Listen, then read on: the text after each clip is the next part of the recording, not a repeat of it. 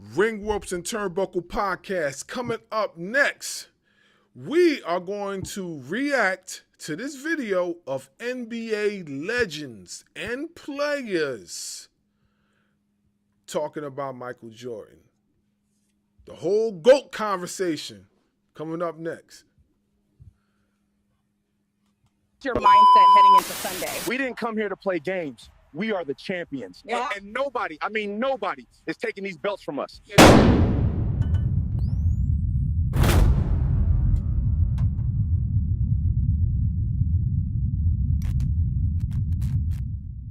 You want the best? You're looking at her. This ain't just a sport, it's a lifestyle. Welcome to the Ring Ropes and Turnbuckle podcast. We are the champions of wrestling talk.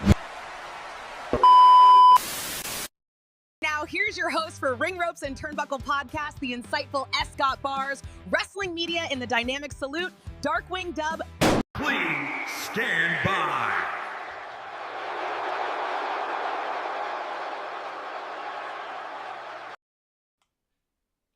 We back. Make sure you like, share, subscribe to the channel. Hit the notification bell for more content. Before we get started, I just want to make this, just real quick announcement. So what we're doing on Ring Ropes and Turnbuckle, and me and my bro discussed this already off camera a few times already. What we're doing is, I know you guys might see a lot of other content that shows up on our channel as well that deals with sports. So what we're doing, this side of Ring Ropes and Turnbuckle, we'll be talking about sports, basketball, football. My bro is going to be covering majority of that stuff. Every now and then you'll see me pop in when it comes to basketball, but majority of the time my bro is going to be covering that stuff while I'm able to focus on the other side and make sure the tweaks and everything is properly done. But yeah, so if you guys see it, don't get confused and be like, what's going on here? No. We still cover our wrestling. That is the main part of what we do. That's the core. It's just that we also talk about other sports as well. So, we're expanding our horizon. And since he's a avid football expert and I know about basketball, every now and then we'll cross over and do stuff like that. So this is why you see what you see here.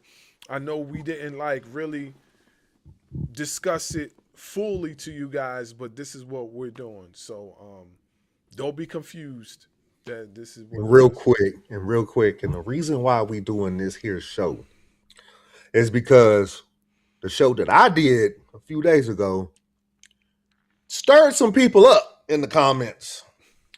People were a little upset about what I had to say on the GOAT conversation. Mm-hmm. So I wanted to bring in my bro here because in the video I did say that this is my opinion. This is me. Not saying that I was running away from debate, because the intro of my video says I want all the smoke. And I do. But I want to bring in my bro here because I want people to see that, hey, there are other opinions out there too. Mm-hmm. And not everybody's opinion is going to line up with everybody else's. Mm-hmm. And once he talks his talk, you're going to see why I'm saying that. Mm-hmm. But for those of you clowns out there, yes, I did say clowns because that's what you are. You dismiss MJ like, who does that, right? And you dismiss Bean. Like, one thing that I will not stand for is the dismissal of MJ or Bean. For those you clowns out there that don't know who Bean is, that's Kobe Bean Bryant. Y'all dismiss this man. This man is no longer here. And y'all did, as soon as he passed away, rest in peace, Kobe. But as soon as he passed away, now y'all want to start dismissing this dude? But when homie was alive, the GOAT debate was about Kobe and MJ. But as soon as he gone, it's almost like Kobe done disappeared. His legacy and all them disappeared. And I'm not going to sit here and stand for that. And I remember an interview not that long ago where Shaq called out Draymond Green for the same thing. Like, where's my boy stand at in this? Because every time I hear you talk about that GOAT debate, it's MJ and LeBron. Where my boy Kobe at? He had to put Draymond on the spot. And so that's what I'm doing to some of you clowns out there that want to dismiss Kobe and want to dismiss MJ. So this video right here is proof of how former NBA players and legends feel about Michael Jordan. Because a lot of dismissal is coming from the people that don't want to recognize MJ. Mm-hmm. So whenever you ready to hit that play button, bro, have at it. How was it like playing against MJ your rookie year? Shaking in my boots. And I looked at him, and for the first time in my life, a human being didn't look real to me. Like, I literally seen his aura. He said, who's guarding me? I said, Anthony Peeler. He said, 50. He ended up with 54. Meeting Michael Jordan for me was looked like he was like Jesus, black Jesus walking towards me. I seen him walking towards me, and it was kind of like he was walking on air. Was there anybody that you kind of avoided talking smack to? Because if you did... Yeah, Michael Jordan. You don't want to mess with God. That wasn't Michael Jordan out there. It was God disguised as Michael Jordan. You took Jordan? I'm never going against Jordan, dog. I've never seen... I thought Michael Jordan was Jesus Christ, like playing to be Michael Jordan. I swear to God, dog. Michael Jordan gets the ball right in front of our bench. And I'm already scared to death. Like, God, I hope I don't get into this game. I'm not ready for this. We was playing Chicago in Salt Lake. They switched and put John Stockton on it. And he turned around and dunked on Stockton. So some guy got up and almost followed him down the sideline and said, hey, Jordan, pick on somebody your own size. Next time down the floor, he dunked on Mel Turpin. And went over and looked at the guy and said, was he big enough?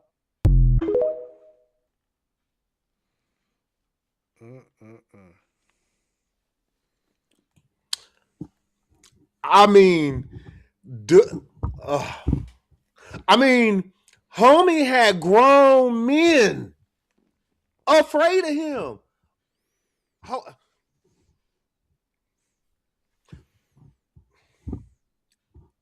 Listen, some of LeBron was on there talking about he thought he met Jesus.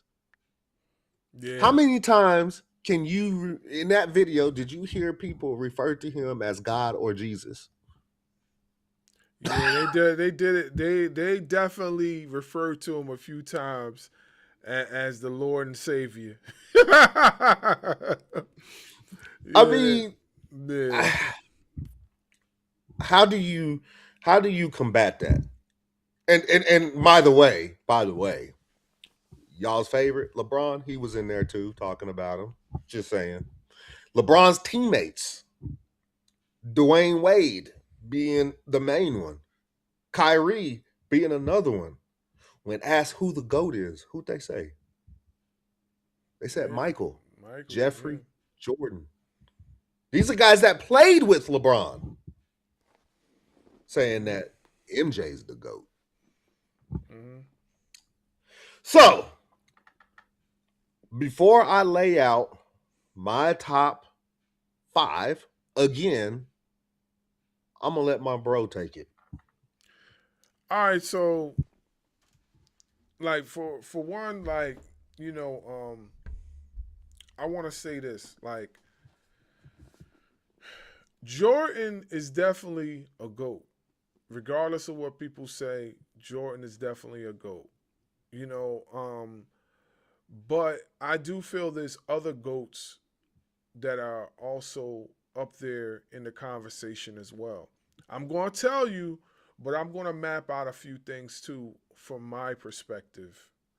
For one, right, yes, I did grow up watching Jordan, but I didn't pay much attention to Jordan. You know what I'm saying? And that's not because of his gameplay or whatever, because Jordan was exciting to watch.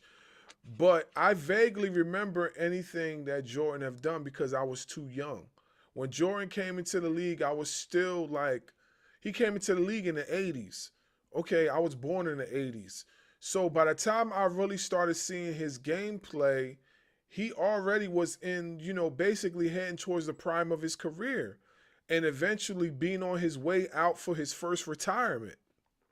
So that's when I seen him play. Now, like I said, I was born in the 80s. So by the time I really started watching him, even though I seen him as a little kid, by the time I really started paying attention and started getting into sports and all that, he already had like 3 or 4 championships by that time.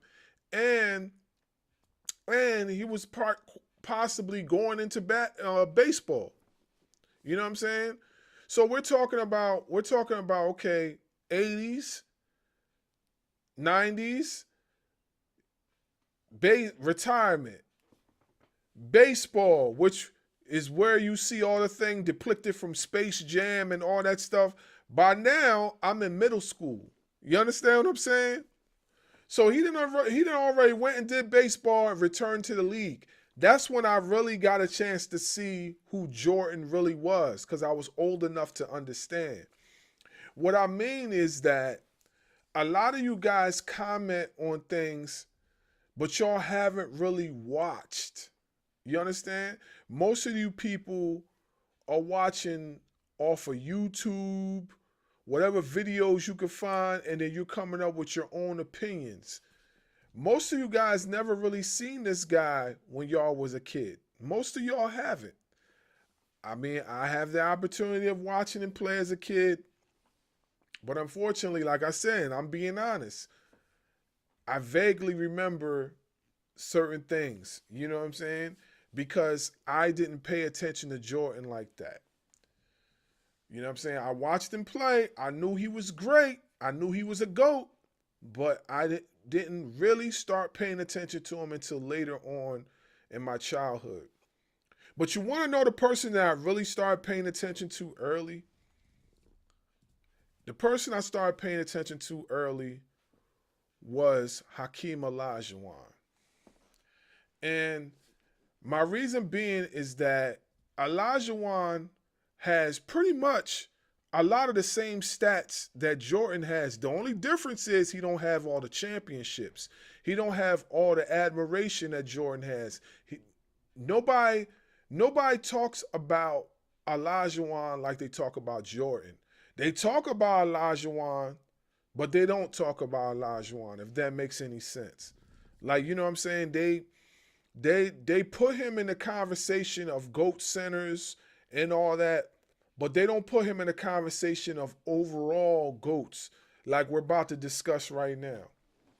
They don't put him in that conversation. And the reason being is that he doesn't boast himself out there like that. Like, we know he's a GOAT, but he don't put himself out there as a GOAT. Now, mind you, I'm not saying that Jordan does that, but if you look at the whole aesthetics and everything surrounding it, he kind of does in a way. He has the sneakers. That's one. How many GOATs do you know have sneakers? There's only a few that I can remember that actually got sneaker deals. You understand what I'm saying? I mean, of course, now we have a bunch of people, but I believe if you really want to be honest, I mean, the guy that set the blueprint for basketball sneaker deals in that era and now was probably Jordan. Now, there's been others before Jordan. I want to get that out there. There's been others before Jordan, but he kind of was like the guy that really made it popular. You know what I'm saying? Because I know y'all gonna say, oh, what about the Converses and this and that? We know already, so I'm just putting that out there. I know there was people before, but MJ's kind of the guy that made it cool. You know what I'm saying? Everybody rocks J's, you know? So that's what I'm saying. My GOAT was Hakeem Olajuwon. He did some of the most amazing things that I ever seen. Like the Dream Shake is still emulated till this day. Till this day, big men, small men, whatever you want to call it, they still do the Dream Shake. I hoop. Part of my arsenal is the dream shake. You know what I'm saying? That stutter step that Olajuwon do when he's taking it to the rack with the Euro, that's part of like a lot of big man's game. Look at Giannis. Giannis does a lot of Hakeem Olajuwon moves. You know what I'm saying? Look at dude from the Sixers. He does a lot of Hakeem Olajuwon moves. You talking about Joel Embiid? Yeah, Embiid. So, like, his moves are emulated, and they stand the test of time. So what I'm saying is that, to me, and on top of that, he works with the players. He trains the players. He has his own gym, and he trains these guys. You got everybody comes to his gym to work with him, and the dude still can play ball, even though he's up there in age. I've heard people say they got some runs in with Olajuwon, and he still got it, even in his 50s. So it just goes to show you that there's others out there that are in the conversation of GOATs, but they're never going to get mentioned like Jordan gets mentioned, because there are certain accolades that Jordan has that nobody else will have or get, you know? So he's one of my GOATs. He's my number one GOAT. Can I cut in real quick? Mm-hmm. I want to preface this also by saying there's one center in particular that everybody puts in their top 5, maybe top 7 of all time. His name is Shaquille O'Neal, right? Mm-hmm. If you were to ask Shaquille O'Neal, who is the one person other than Jordan? Everybody during that time frame was feared Michael Jordan, right? But Shaq has always said that he did not fear no center. But there was one center that always gave him the blues, always gave him fits. And his name is Hakeem Olajuwon. Yep. Hakeem Olajuwon, especially in the 90s, mid to early to mid to 90s, that dream shake. Oh my gosh. I remember being a kid. I had my own basketball goal in my driveway trying to emulate the dream shake. Not the Jordan fadeaway, the dream shake. Mm-hmm. It was to the point that I remember Dwight Howard hired this man to teach him the dream shake. Mm-hmm. And he couldn't do it. He still couldn't do it. As much as he tried, he couldn't do it. Because there's only one dream shake. There's only one dream. Yeah, there's very few. Not to cut you off, there's very few centers that could do it, because it's a finesse. It's a finesse type of move, but the footwork has to be properly done. And there's only a few guys out. I seen Giannis do it pretty good. Embiid does it pretty well. Kobe does it really, really good. I've seen Kobe do it. LeBron does it. He is okay, but your footwork has to be like really like A+, because it's all about the footwork and the fake to either left or the right. That's what it's about. You know, getting your opponent to bite, to go left or go right when you go right, or just to fake him out so you turn around and you're able to shoot it. That's the whole concept behind that move, and not moving your pivot foot. But I've seen plenty of players that try to do it. They move their pivot foot all the time. So it's not a move that is really easy. Like, you really got to know your stuff in order to do it. You know who else was really good at the dream shake? Who? Kevin Garnett. Oh yeah. Yeah. Yeah. KG had it. He had it down. No. He's one of the few that had it down to a science. He's one of the few. You know, he really did have it down to a science, you know. And like I said, man, like, you know, he to me is my number one GOAT. You know, now if I'm gonna dig any deeper and go into the conversation of GOATs, okay, so I already told you Elijah Wan's my number one. Kobe Bryant is gonna be my number two. You know, and my reason being is that I actually got an opportunity to watch everything Kobe Bryant has done. You know what I'm saying? From his debut all the way to his retirement to the day that he passed away.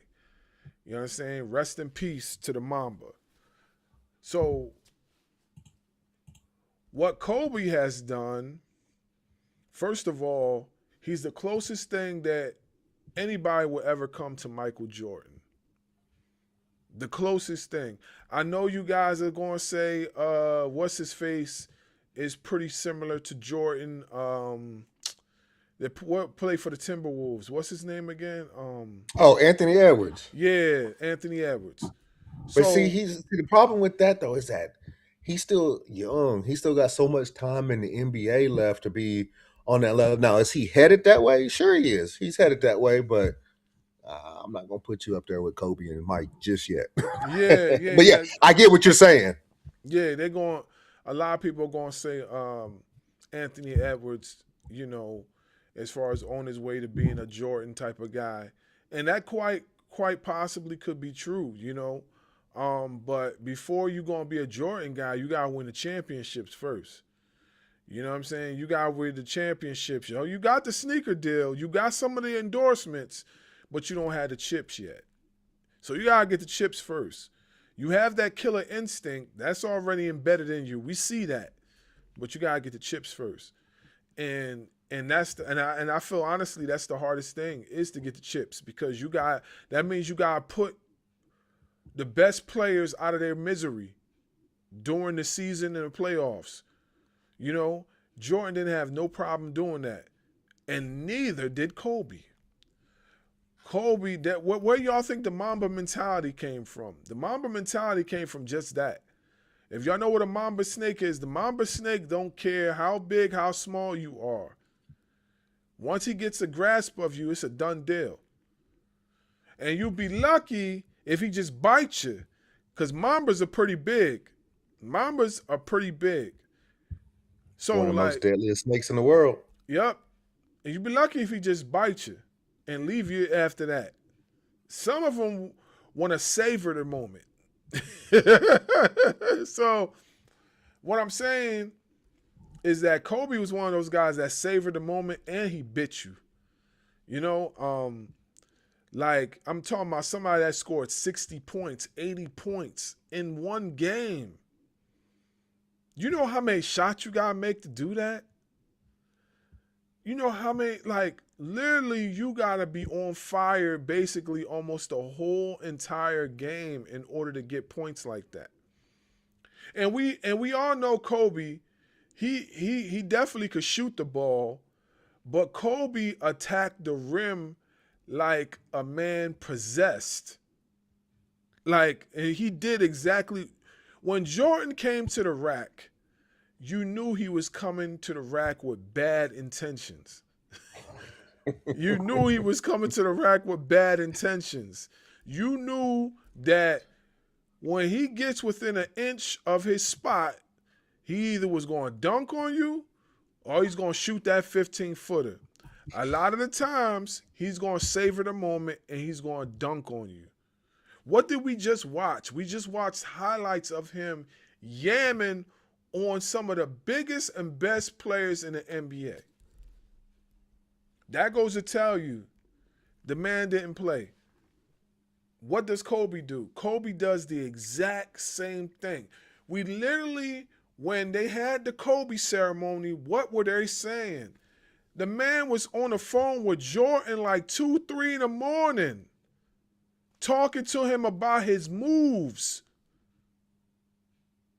Oh, what can I do? How can I do this? The guy watched film on Michael Jordan, game film. The guy was living, breathing the Jordan mentality. You understand? So Kobe will be forever the closest person to Michael Jordan. You know what I'm saying? Until Anthony Edwards grows into that role, Kobe's always going to be that guy. And who's to say if Anthony Edwards is even going to get that close? You know what I'm saying? He has some attributes of Jordan, but who's to say that that's even the route he wants to take? Because if you listen to Anthony Edwards' interviews, like he doesn't really consider himself that guy just yet. You know what I'm saying? He's his own man. He's not saying he's not good. He knows how great he is, but he don't consider himself he doesn't like the limelight. Even though he puts himself in the limelight every single time for some of the stuff he does off scene with the women or whatever. Let's be for real. Let's be for real. My man got a truckload of baby mamas. You know what I'm saying? I don't know how many he got. I think he got like 3? Yeah, he got enough. You know what I'm saying? I don't know his track record as far as baby mamas, but I know he got a lot. So that's why I said truckload. So don't get me the lying. But what I'm saying is that, you know, as great as he is, great as Anthony Edwards is, you know what I'm saying? He doesn't, whenever people try to put that moniker on him, he shies away from it. There's been plenty of NBA legends that have put that moniker on him, but he don't want it. But there's going to be a time where most likely he will. It's just not now. That's how I'm looking at it. Yeah. Yep. Basically. Oh, he got 4. He got 4 baby mamas. 4. Yeah. Okay, so I was looking that up. I wanted to see for myself. Okay, so I wasn't far off. I said 3, so we got 4. But so what I'm saying is, you know what I mean, that's probably, you know, one of the things, even though he say he doesn't want to be in the limelight, but that's kind of like one of the things that puts him in the limelight. They highlight a lot of, but he don't shy away from it. He's honest with you. He tells people.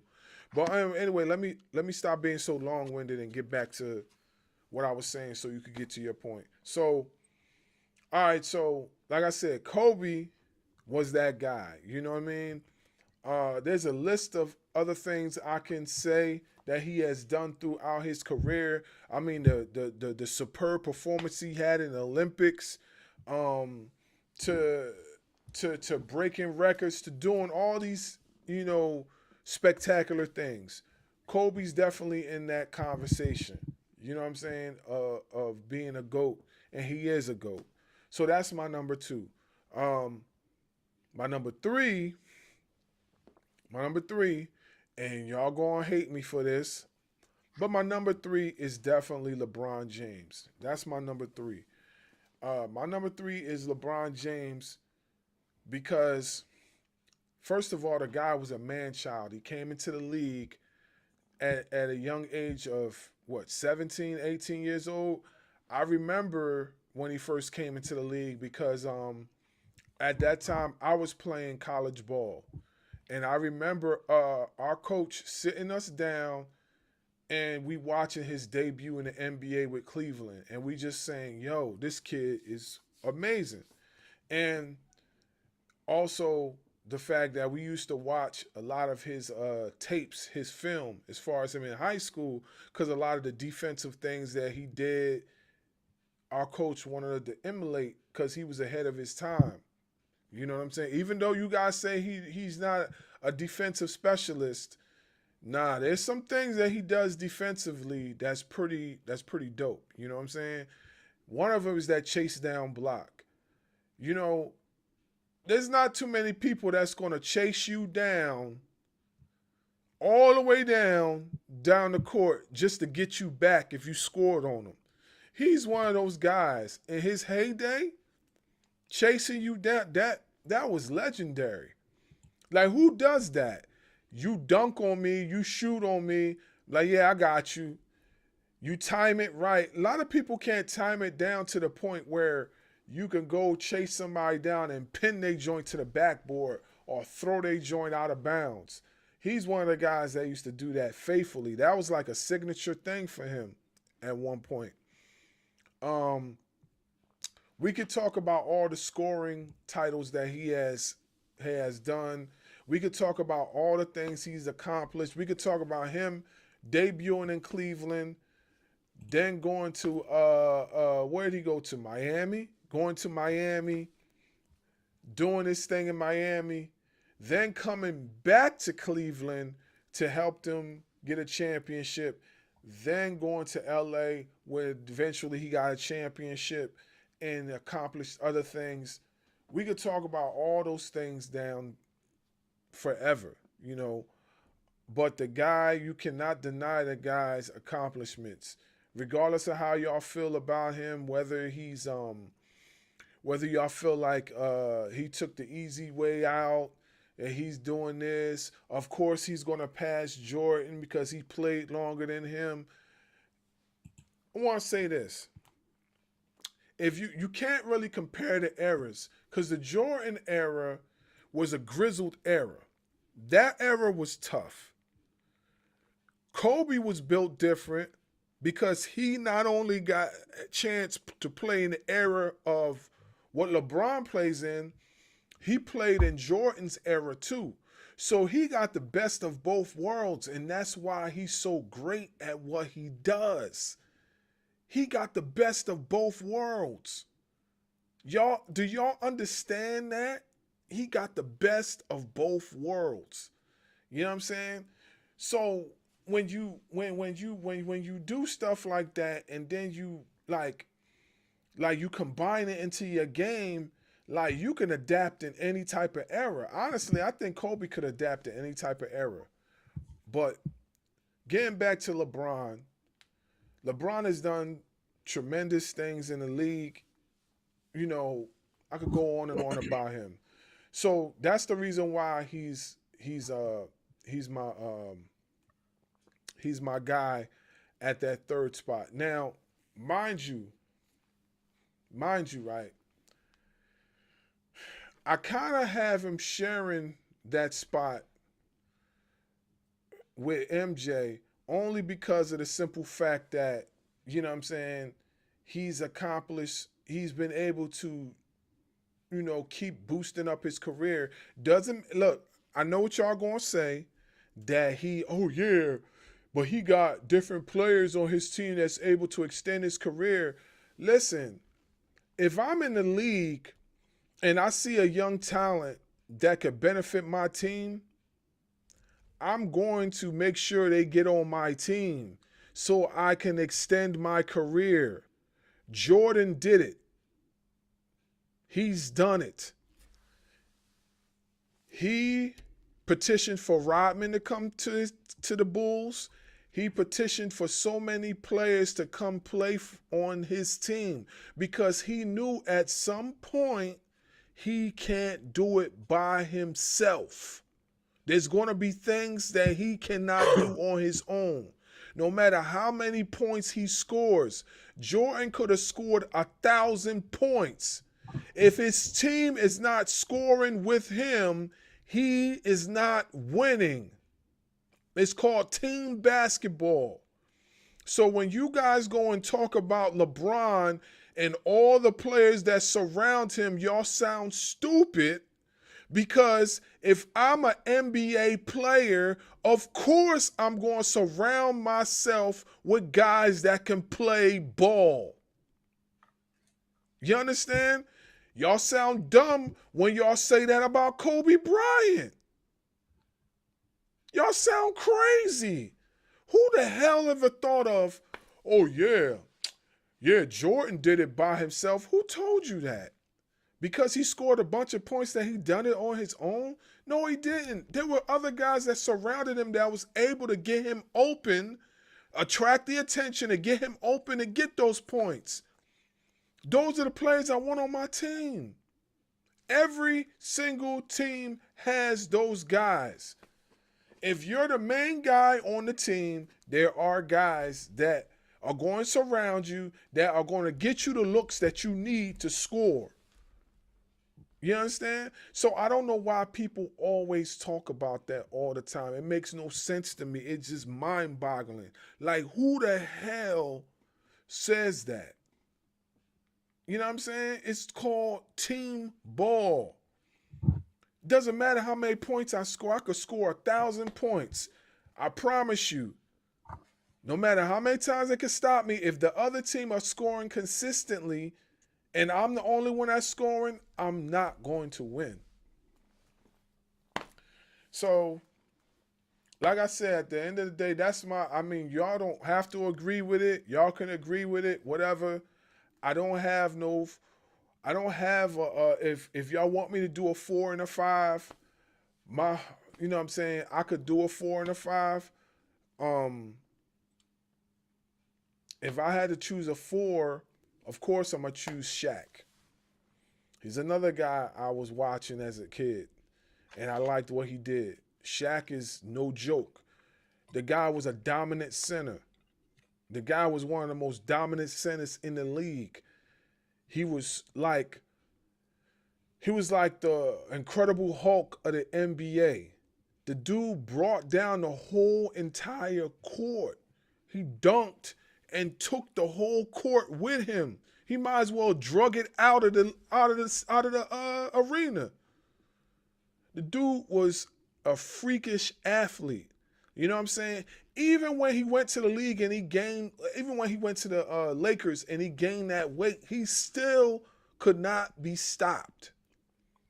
The only thing that stopped Shaq was the fact that he even said it himself that he was getting overweight. That's the only thing that stopped Shaq. If he had put the same time in that Kobe was doing, and he had the same obsessions that Kobe had, I probably wouldn't have been having Olajuwon as my number one GOAT. It probably would be Shaq. If he had put the same, and he said it himself. That wasn't him. That wasn't his thing. He said it himself. I forgot his exact words, so I can't tell you his exact words, but he said something along the lines of that. He pretty much said that that's why a lot of people felt like him and Kobe clashed, because Kobe wanted to be in the gym working. Mm-hmm. Everybody knows Shaq as a big kid. You know, he was one of those guys that worked himself into shape as the season went along, whereas Kobe stayed in that gym all the time, right? Mm-hmm. So he said that if he had the same mindset as Kobe, as an MJ, that he probably would have gone down as the greatest player ever. And guess what? He ain't lying. Yeah. If he could work like MJ and Kobe, there's no stopping Shaquille O'Neal. But he didn't. He didn't have that same work ethic. He didn't have that same killer mentality of an MJ of a Kobe. That was his downfall. Yeah.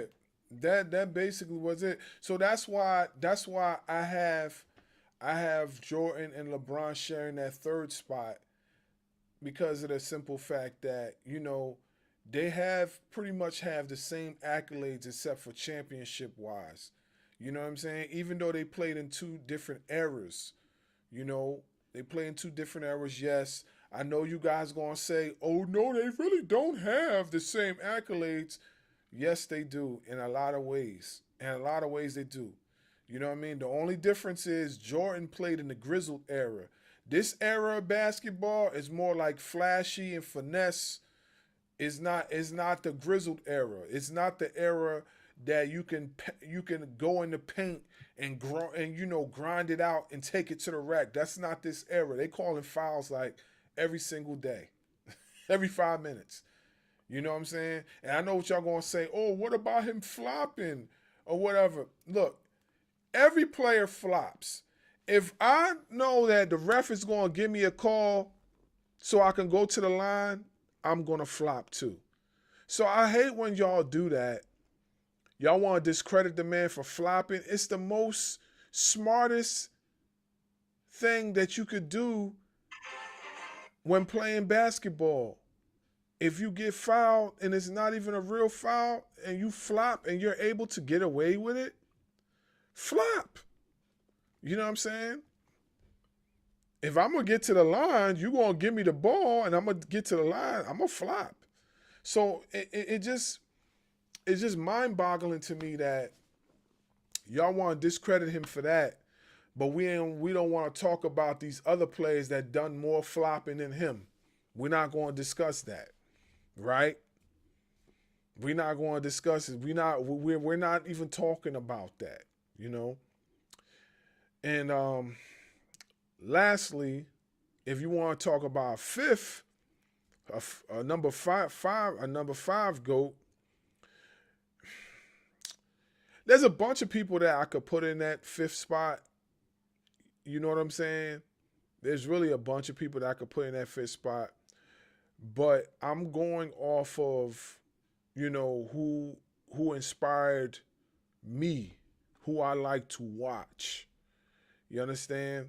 And this is no shade on anybody, but I've always looked at Allen Iverson as a GOAT. Allen Iverson.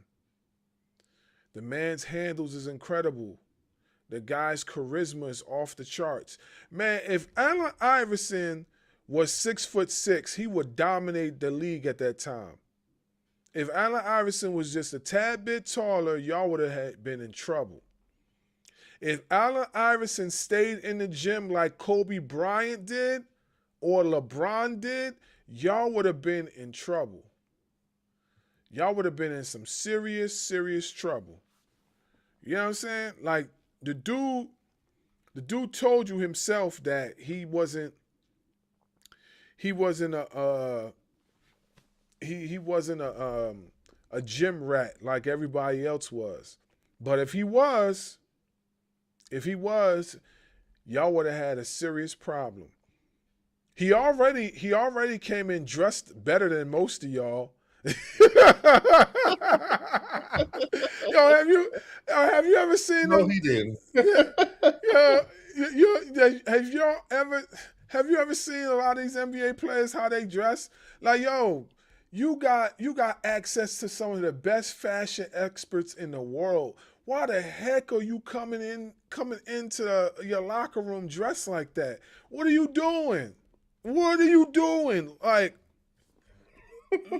if I had bread like that, I'm telling you right now, I'm getting some tailor-made suits that I'm going to come in there looking like Ric Flair. You know what I'm saying? I'm going to come in there like, woo! Like, come on. Like, have you seen some of the outfits that some of these guys will wear, man? Bro. You talking about today? These days? Is that what you talking about? These days and the past too, because the past has some outrageous outfits too, man. Say these days, you can pretty much blame Russell Westbrook. That's another thing. Yo, Russ, man, come on, bro. Like there's certain outfits that I can give him that are dope, but there's ones that I've seen him wear like, nah, B. You got nah, B. What the dude used to do off a Full House, cut that out. Yep. Chill, bro. We not doing nah, man. But yeah, man, if I had to do a number 5, like I said, it's gonna be Allen Iverson. Allen Iverson is gonna be my number 5. You know, his list of accolades speak for itself. The dude transcended basketball, the style, everything. You know, Allen Iverson was the Ric Flair of the NBA. Basically, that's what he was. If y'all look at Michael Jordan as the Hulk Hogan, then Allen Iverson definitely was the Ric Flair, because there was a lot of times when they went against each other, and he crossed Jordan out of his boots a few times. So he definitely was the Ric Flair. You know what I'm saying? If we're gonna compare them wrestling wise, that would be a good segment. NBA players, who are they comparable to as wrestlers? That would be a good segment for another time. But yeah, that's my 5. I know I was long-winded, but I had to explain why. I know y'all still gonna try to come for me in the comment sections. I'm with all the smoke. So say what you want. I'm done. I'm done. Listen. When we started this video, I said,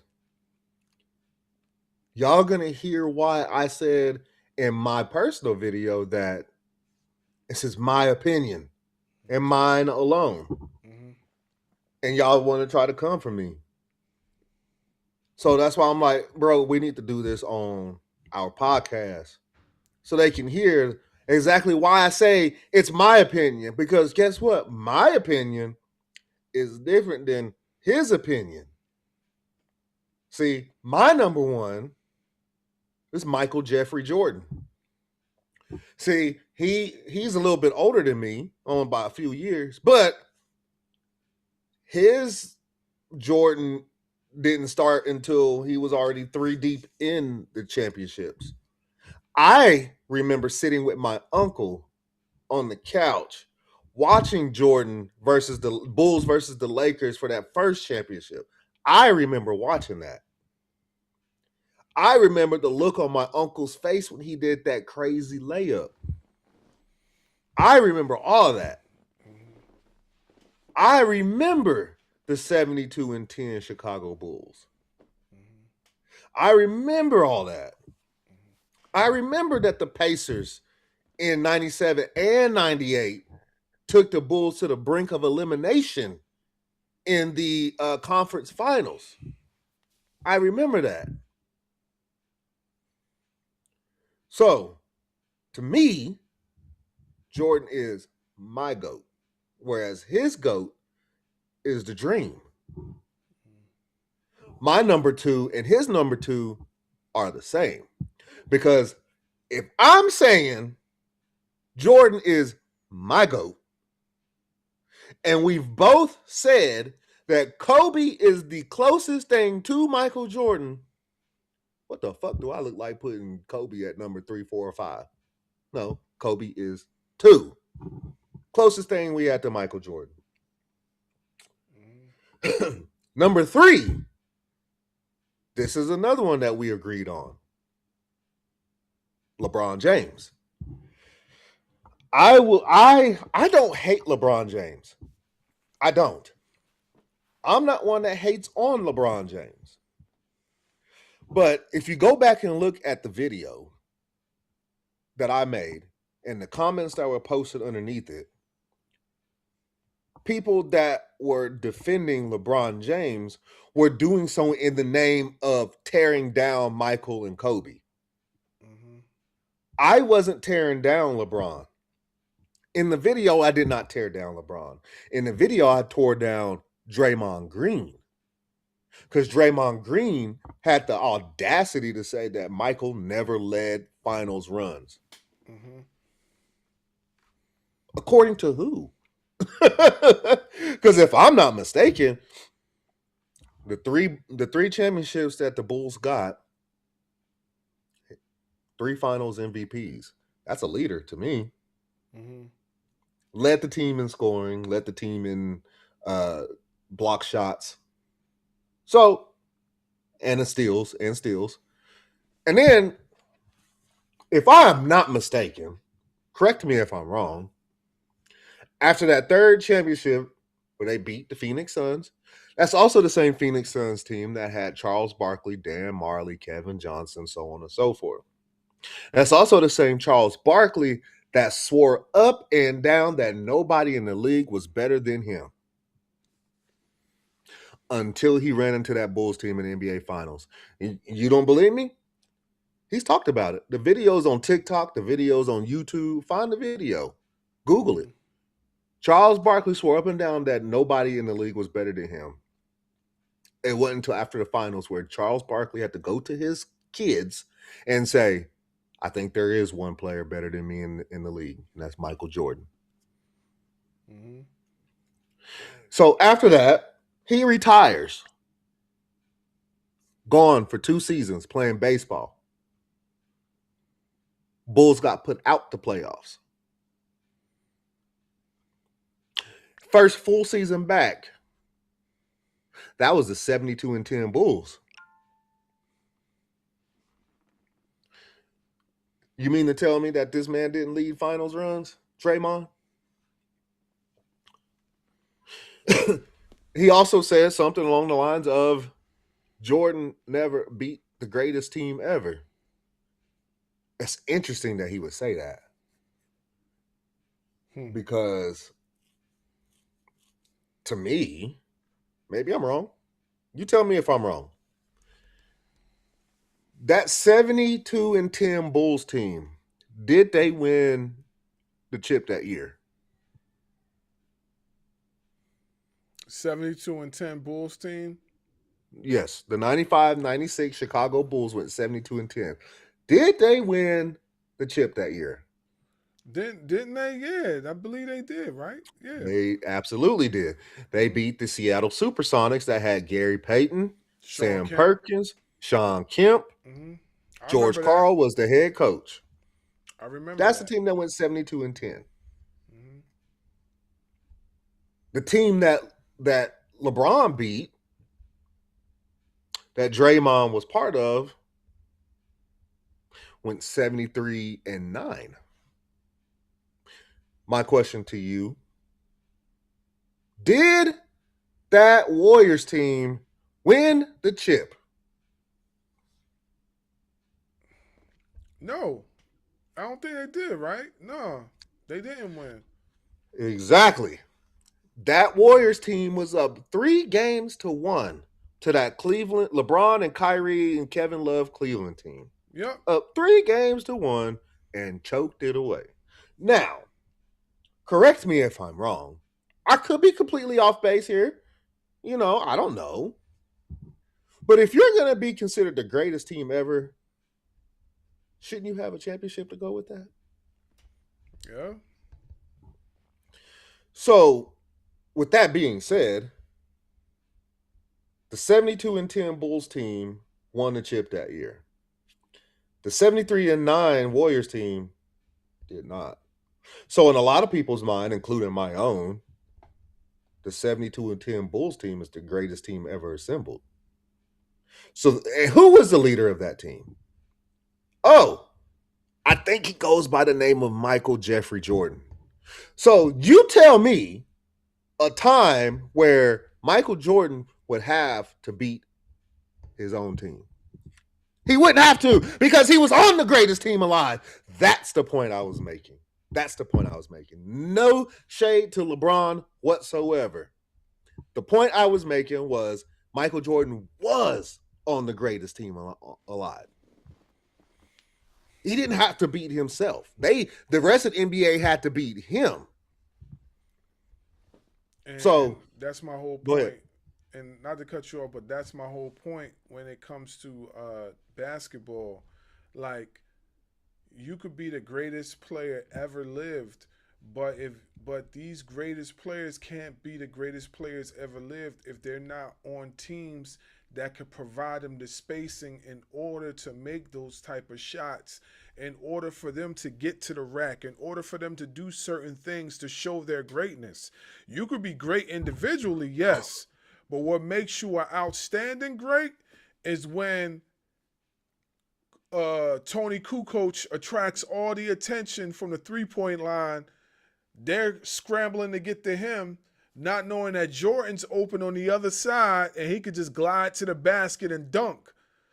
What did we see on the Bulls team? Whenever these certain players were open, if Jordan's not dishing it and all the attention's on them, what happens? It leaves Jordan right open to do what he does best. You know what I'm saying? What did we see with LeBron? The same exact thing. What did we see with Kobe? The same exact thing. That's why I hate when these folks always talk about they won these games by themselves. No, they didn't. There's no NBA ball player that wins games by himself. You have to have some sort of team in order to get those shots. You know what I'm saying? Now, can you score a bunch of points by yourself? Hell yeah. But if you're the only one that's scoring, are you going to be the one that's going to win the game? If you're the only one that's scoring, you have to have a certain percentage of people on your team that scores at least to match what you're doing. You know what I'm saying? In order for you to be the one player to score all the points and win, The other team has to be horribly bad. They gotta be the worst. They gotta be dumpster juice in order for them to like. Am I saying something off base though, bro? Because like I'm saying like they would really have to be that bad, like suck for you for one player to just score those points and win the game for the team. And to that point, in the 80s, when Jordan was drafted to that Chicago Bulls team, he was I believe it was his second or third year in the league. Homie averaged 35 a game, 36 a game, and was put out the first round of the playoffs. He put up 63 against Larry Bird in the playoffs, but they were eliminated. That's crazy. And that's the day. That's also the day where Larry Bird called Jordan God in basketball shorts, because everybody's seen the highlight of him going through his legs 3, 4, 5 times and then shooting the J over Larry Bird. That's the game. That's the game where Larry Bird said that Jordan was Jesus in basketball shorts. Okay. Now, to your point, you are absolutely correct, because Jordan was scoring all them points. Then what did they have to do? They had to draft Scottie Pippen. They had to draft Horace Grant. They had Bill Cartwright. They had to draft B.J. Armstrong. All these players were drafted and built around Michael Jordan. They drafted. Yeah, I don't know if you remember the show. They were talking about the Dream Team, and when the Bulls drafted Tony Kukoc, and neither Jordan nor Pippen wanted Tony Kukoc over there. But as soon as Tony Kukoc got here, they won 3 more chips. Yep. And you're correct in what you're saying. You're not off base. It does take a team. It does take a team. Like, to the people that shit all over Kobe for all those years for not winning without Shaq. How many more championships did Shaq win without Kobe? One, yeah. One, and it was with D. Wade. Oh, what the fuck? Really? Yeah. See, people like to use that to try to tear down Kobe, but how come that same argument isn't being used for Shaq? You're right. Right? Yeah. So it does take, like, Scottie was built, and he has even said this, he was built in Jordan's image. He was. Jordan pushed him to limits that he never thought he would get. And that's how they became the unstoppable force that they were. And then Jordan and Pippen alone, them two advocated for guys like Steve Kerr. We seen Steve Kerr make game-winning shots in the finals. Everybody's focused on MJ and Scottie. There's their Steve Kerr sitting at the free throw line. Whack 'em. Yep. We seen John Paxson hit game-winning shots. Paxson. I remember John Paxson. Yeah. We remember that. We remember that. Everybody's focused on Jordan and Pippen. There's John Paxson wide open. Whack him. We've seen it. They advocated for guys like Dennis Rodman, because they knew that Dennis Rodman was going to bring something to that team that they didn't have since Horace Grant left and went to the Orlando Magic. And what they do, they rambled off 3 more chips. Dennis Rodman. So yes, it does take a team. You are absolutely correct. It's the same like with Kobe and Shaq. It wasn't just Kobe and Shaq. How many they called this man Big Shot Rob for a reason. How many game-winning shots did we see Robert Horry hit? Yeah. What about Derek Fisher? Yeah. Glenn Rice. Mitch Richmond. Ron Harper, who, by the way, was also on those Bulls teams. Just saying. Yeah. Mitch Richmond was on the Lakers. Yeah. Who else? At one point, we had Rick Fox. Karl Malone was a Laker.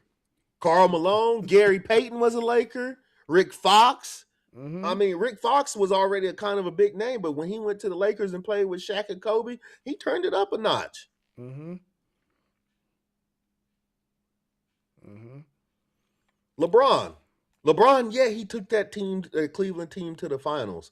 But y'all, we gonna act like Zydrunas Ilgauskas was something to sneeze at? Zydrunas Ilgauskas was a damn good center for that time. Delonte West was a good point guard at that time. Yep. So Mo Williams, another good point guard for that time. But in LeBron's eyes, that wasn't good enough, because we saw that once he got to the finals, that first finals with San Antonio, they swept him. Mm-hmm. Another damn good team. Got swept. So what did he do? He got tired of losing to Orlando, got tired of losing to the Celtics. Mm-hmm. So he went and teamed up with D Wade and Bosh. Now me, I hold it against him. I don't hold it against him for teaming up with Wade and Bosh. I held it against him because he left his city to go to another city to win a championship, just to come back to said city. When Jordan was there, all them losing years that he had, getting bounced in the first round of playoffs and stuff, he never left. He stayed in Chicago. The losing seasons that the Lakers had after Shaq left, and it was just Kobe and Smush Parker. Mm-hmm. Yeah, he wanted to leave, but he stayed. So I felt like LeBron could have stayed. That's just me. But I'm saying all that to say that my bro over here is correct. It does take a team. It does take a team. Now, what I am going to hold against LeBron is when he went to the finals with Miami that first time, mm-hmm. and they played against my Dallas Mavericks. Yeah, I remember that. Yep. Mm-hmm. I'm going to hold it against him. Why am I going to hold that against him? For that series, bro averaged 4 points in the fourth quarter. You think Kobe and Jordan's going to average 4 points in the fourth quarter with JJ Barea and Jason Kidd and Sean Marion guarding him?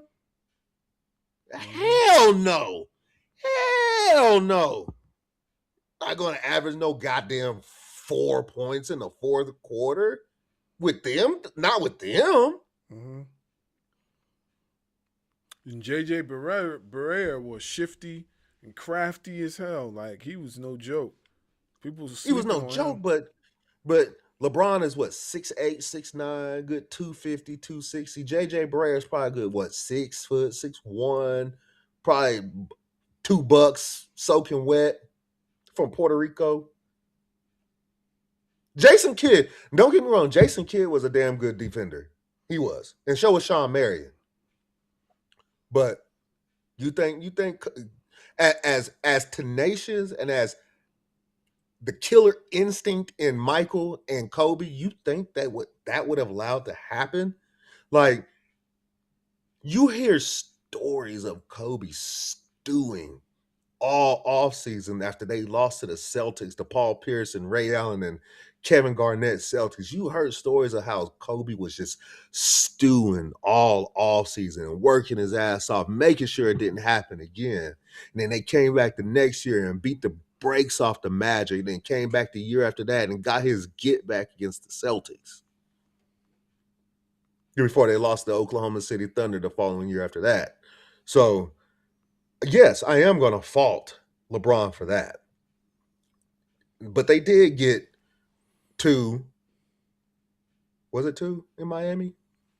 Yeah, I think they got 2. He did get 2 in Miami. And then he saw that Kyrie was the real deal, which we all know that Kyrie is the real deal, and took his talents back home to Cleveland, got a championship in Cleveland, good for him, and then got another asterisk. Yes, I said it. You can come for me all you want to. You can come for me all you want to. It was an asterisk. COVID season, he got a championship with that too. Mm-hmm. But nonetheless, it counts as a championship. Mm-hmm. Not to take anything away from him, bro made the NBA Finals for 10 straight seasons. Was it 10 straight? Or 8 straight? Something like that. But for the longest time there, it was only his teams getting out of the East. Whether if it was Miami or Cleveland, it was only his teams that was getting out of the East.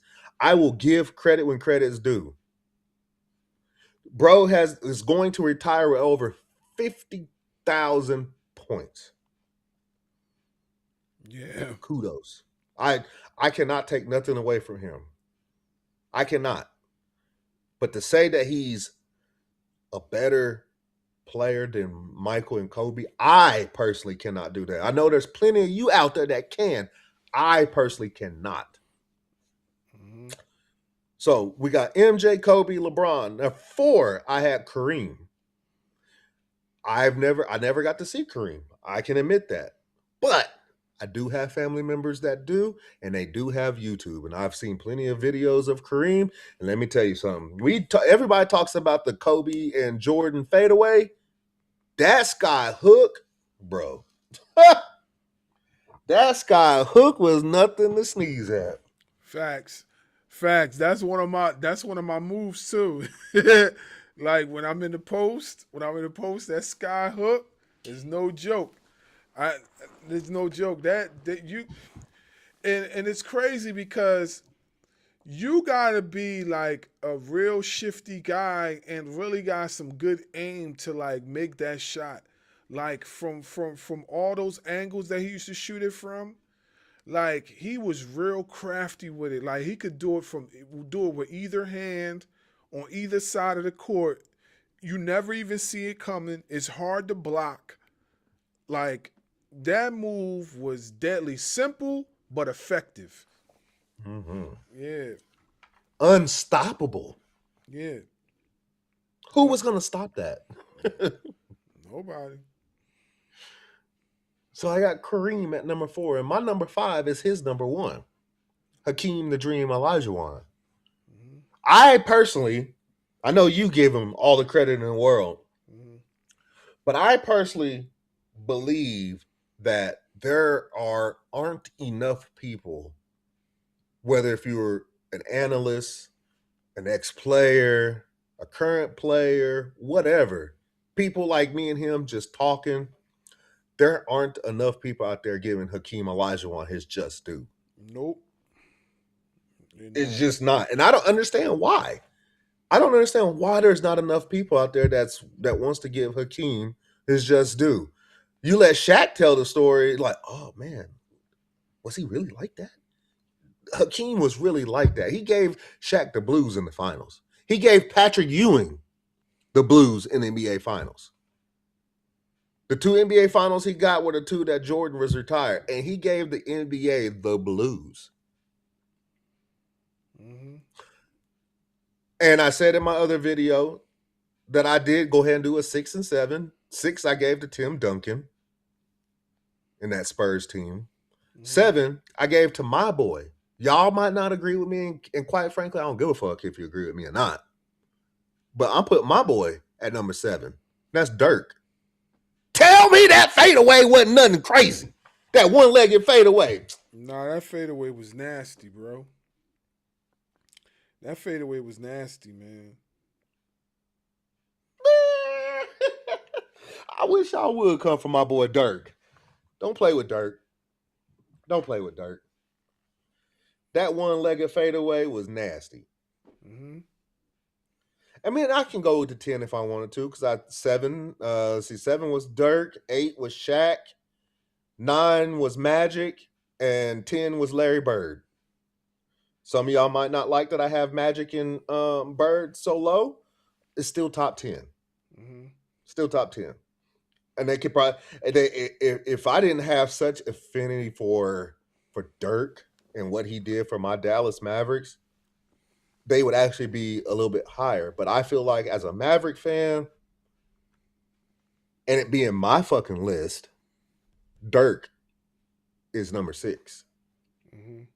And we can go from there. But, I mean, the main mission of this video was to hear somebody other than me talk about the top 5 and why they chose the top 5. Like, I had MJ at 1. He had Hakeem at 1. See, not everybody's going to be the same. So I don't understand why there's such a freaking argument over LeBron, Kobe, Michael. My bro here just spelled it out for you right here. Not everybody's going to be the same. He put Hakeem at 1. Yeah, I bet none of y'all saw that shit coming either. And I know like the base of this conversation is for, you know, the top 3 most talked about players in the league in the NBA history, which is Jordan, Kobe, and LeBron. You know me at this point in time.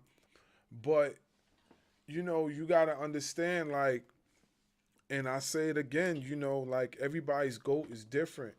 And the eras are different too. Like Olajuwon played in the Jordan era. You know what I mean? Y'all can't say he played in the Jordan era. So those guys experienced each other, and not for nothing, Jordan did give Olajuwon his flowers. Whenever they played against the Rockets, when they were healthy, that time they were on their championship run. Ain't nobody was stopping Houston. I'm sorry. I know a lot of y'all are gonna get upset. I'm trying to tell you that monster in Houston put fear in a lot of these teams' eyes. I'm telling you right now. Olajuwon was nothing to play with. There was nothing to play with. And if you ask anybody, they will tell you the same exact thing. He was nothing to play with. You know what I mean? But leave it up to y'all, man. You know, y'all think otherwise. But it's cool though. Like, you know, it's, you know, I guess basketball could also be subjective. So, you know, like it doesn't have to be, you know, like some people must agree with me. No, it doesn't have to be that way. You know. It's like we were talking about this on the phone earlier. You know what I'm saying? Like, think about it in like our name of our podcast is Ring Ropes and Turnbuckle. So, professional wrestling, right? His GOAT and my GOAT are 2 totally different people. I have Mr. Perfect Kurt Hennig in my top 5. He doesn't. Shawn Michaels is my GOAT. His GOAT for professional wrestling is not Shawn Michaels. So it's just that's why these conversations are fun. But I think people miss the point of these conversations. Like, number one, I feel like sports as a whole is subjective. For instance, I'm a Mavericks fan. He a Lakers fan. My view is going to be different than his. I'm still pissed off from last season. And Cooper Flag is balling right now.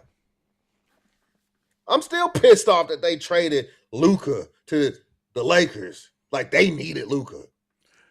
I'm not pissed off though. See what I mean?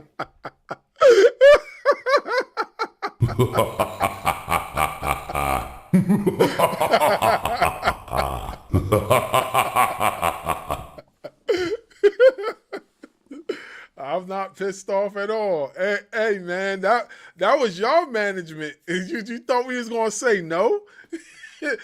and you know what's crazy before we end off too? You know what's crazy? We could quite possibly end up with Giannis at some point in time.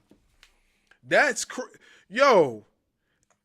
If we got Giannis and Luka on the same team, bro, LeBron could just sit down. He don't even have to get off the bench, bro.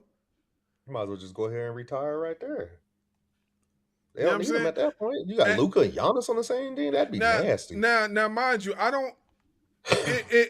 It's the rumor out there. I don't know if it's going to happen. Like, you know, I've seen them crazier things happen, like with this whole Luka trade, and nowadays, like it's making it possible for it to happen because he wants to come to the Lakers, but is it going to happen? I don't know. You know, I don't know. Do we need Giannis? No, we don't. But if Giannis wants to come to our team, do I think they should stop him from trying to come to our team? Absolutely not. I feel like NBA players should be able to go wherever they want. Yeah, if he wants to go to Dallas, let him go to Dallas. Get rid of Anthony Davis, old broke ass, and send him to Milwaukee. They're up there in the cold, and let's get Giannis down here to play with Kyrie and Cooper Flag, and let's go win one. Well, I don't know how that's gonna work, but yeah, I think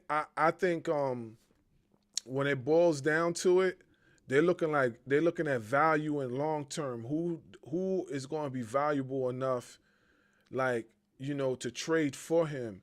And right now, like the trade package that we got is pretty good, but I don't think they're going to accept that though. Like, you know what I'm saying? They talking about trading Austin. What's Bull's name? Am I saying his name right? Austin Reeves. Austin Reeves. Yeah, they talking about trading him. This is the rumor. Trading Austin Reeves and a few other pieces, but the highest point is that Austin Reeves thing. Austin Reeves is glowing right now. You know what I'm saying? He is balling. He's balling. His stock is way high. Like, he could easily be the first option on any team right now. Of course, he's the third option right now. You know what I'm saying? But he could easily be the first option anywhere else. But do I think they accept that trade? Nah, probably not. But who knows? You know what I mean? I've seen crazier things happen. So, I'm sure we have. Yeah.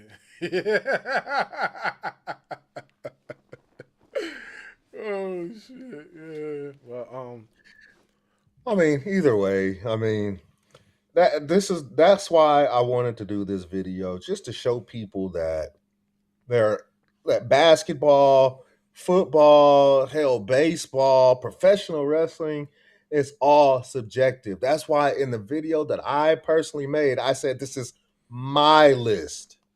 Y'all want to come for me? It's like I say in my intro. Welcome to Darkwing's Flawless Victory, where I want all the smoke. I'll never back down from the smoke. Trust that. Trust and believe that. I'll never back down from the smoke, and neither will he. So that's it.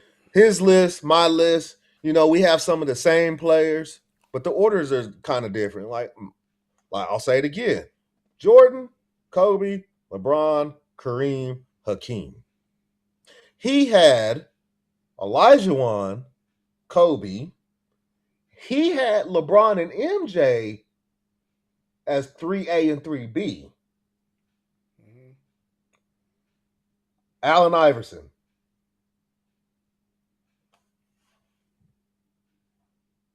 How much more different can you get? Yeah. And like I said, the only reason why I had them sharing that third spot is because they have a lot of similarities when it comes to their stats, but the overall similarity, of course, is LeBron excelling and continuing to play, even though he's up there in age. You know what I'm saying? But, that's the overall factor for him. The overall factor for Jordan is the fact that he got more championships than LeBron. So, I mean, at the end of the day, I was like, I can't, for me personally, I couldn't have, one wasn't superseding over the other because I just felt like it wouldn't do the other any justice because they both are phenomenal players in their own right. So I just felt like they should share that spot. You know what I'm saying? One has one thing that doesn't, the other one doesn't.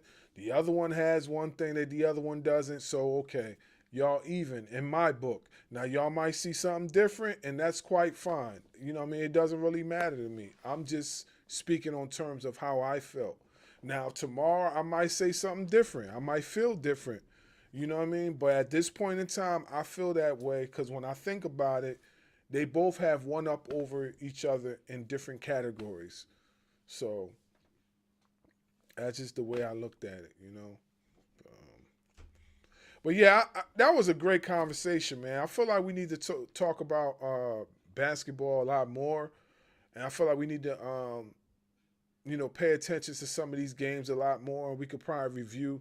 I feel like if you guys like this, I feel like when the actual playoffs start coming around, we could review these series, the basketball series, or we could just review the finals. We could do something like that, and just talk about what happened in the finals or whatever the case may be, because I think these are good conversations, and it's refreshing to discuss stuff besides professional wrestling. You know what I mean? It's very refreshing. And, I know a lot of people that know about basketball. We can always invite people to come in too, just like we invite the wrestlers and invite other content creators to come in.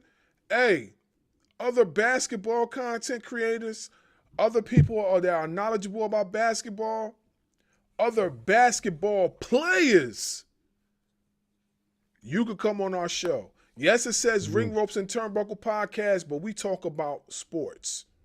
And you can get the smoke too. You know what I'm saying? We talk about sports. I think that's a good idea, bro. Like, we can invite some former hoopers on the show, talk about their legacy, their careers, and things like that. I think that's a good idea, bro. We all around. Yeah, I think that's a good idea, Like, we could do that, Sign me up. Hey, we can get the ball rolling. Yeah, I think we could do that. I think that'd be dope. Talk about that stuff. And if there's any players out there, whether if it's former NBA, current NBA, WNBA, overseas, G League, college, we can't do high school. You gotta be over 18. But if you're over 18 and you're a former player and you just want to come on the show and just speak hoops, man, our information is in the bio of the YouTube, Instagram, Facebook, wherever. You can shoot us an email. You can shoot us a DM on Instagram, Facebook, or I think his Facebook is linked to it. I don't have mine because I don't. But Instagram, I see the Instagram messages and I see our emails. So yeah, if y'all want to come on here and just chop it up, talk some hoops, hey, I'm with it. Yeah. Go ahead. If you're street and not for nothing, if you're a basketball content creator as well, like when I mean basketball, like if you're a hooper that tapes yourself playing basketball and you like what we do on our podcast, you know what I'm saying? Whether you watch us for wrestling or whether you watch us for the other sports that we cover, you're welcome to come on the show and talk your ish, you know what I'm saying?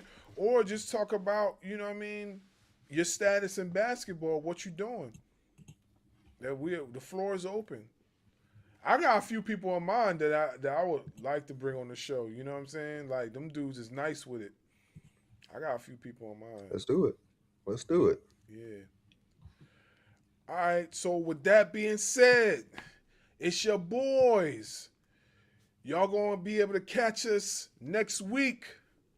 State of Professional Wrestling, episode, I believe it's episode 4. This is gonna be episode 4. And then also, we're gonna be having Alpha Zoe on the show. So y'all gonna stay tuned for that. We're gonna be doing our breakdown for State of Professional Wrestling, episode 4. Our nice little holiday breakdown. Just us. Nobody else is going to be on the show. We're just going to talk about, all the accolades, everything that we have done thus far, and what we plan on doing moving forward into the new year. And most importantly, that monetization. We need that, folks. If you like our content, if you're watching, I know you're watching because I've watched it. I see the analytics. If you're watching, don't hesitate. Subscribe. The more subscribers we got, the closer we get to our goal of monetization. We need that monetization, folks. It's a lot of hard work for us in this content creating space. And in order for us to further our brand and update our equipment and do all these things, we need that monetization because we invest a lot of time and energy and a lot of money into this. in order for us to move forward, we need the monetization so we can continue to excel.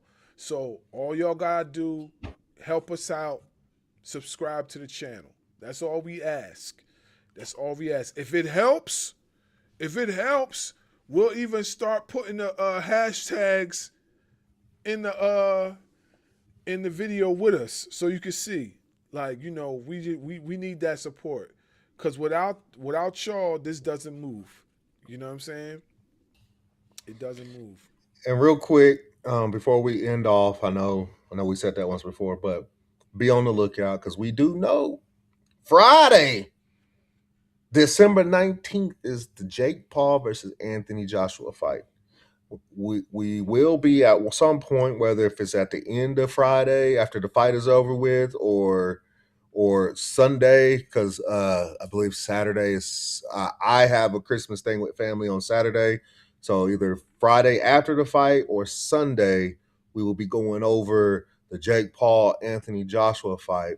And also he said next week, be on the lookout next week for our end of the year show, where it's just going to be us, State of Professional Wrestling, episode number 4. In that, we will be introducing the Ring Ropes and Turnbuckle Award show. So be on the lookout. For sure. So, you know, pay attention to that. We'll give you more insight on that real soon. As far as that goes, we'll see y'all in a few days. Sayonara. Happy holidays. Happy Kwanzaa. Happy Hanukkah. I don't even know why I'm saying that. Ain't even time Merry yet, Christmas. Merry Christmas. Happy New Year. All that other stuff. Get it all out of the way. Happy holidays. Yeah, happy holidays, man. See y'all later. Yo, Robert Mason here, and the fire in this arena is unreal. And I'm Molly Finwick. We are the Ring Ropes and Turnbuckle commentary team, bringing nonstop action. And that wraps up another explosive edition of the podcast. Join us next week as the road to the championship continues. This is the Ring Ropes and Turnbuckle podcast, your home for real pro wrestling talk.